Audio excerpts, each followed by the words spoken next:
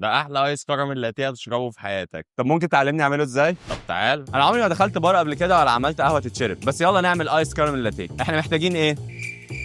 لا بجد محتاجين ايه؟ مبدئيا محتاجين قهوه اوبفيسلي، فهعمل دبل شوت اسبريسو بالبن اللي انا متعود اجيبه من ناظم، بن برازيلي يالو بيربن. ايه بقى اللي بحبه في البن ده؟ طعمه حلو وبحس ان فيه نوتس فروتي مع سنه كراميل. هعمل قهوه واجيلكم.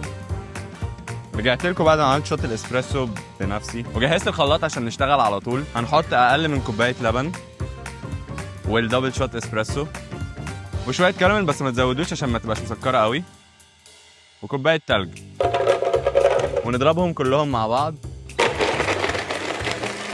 قبل ما نصب لازم اظبط شكل الكوبايه، مكرمله خالص يعني. يلا بينا نصبها. الثيكنس بتاعها حلو قوي، شكلي طلعت بعرف اعمل قهوه. فنان والله، حلو قوي. جربوا تعملوها في البيت ببن برازيلي يالو بيربن من ناظم.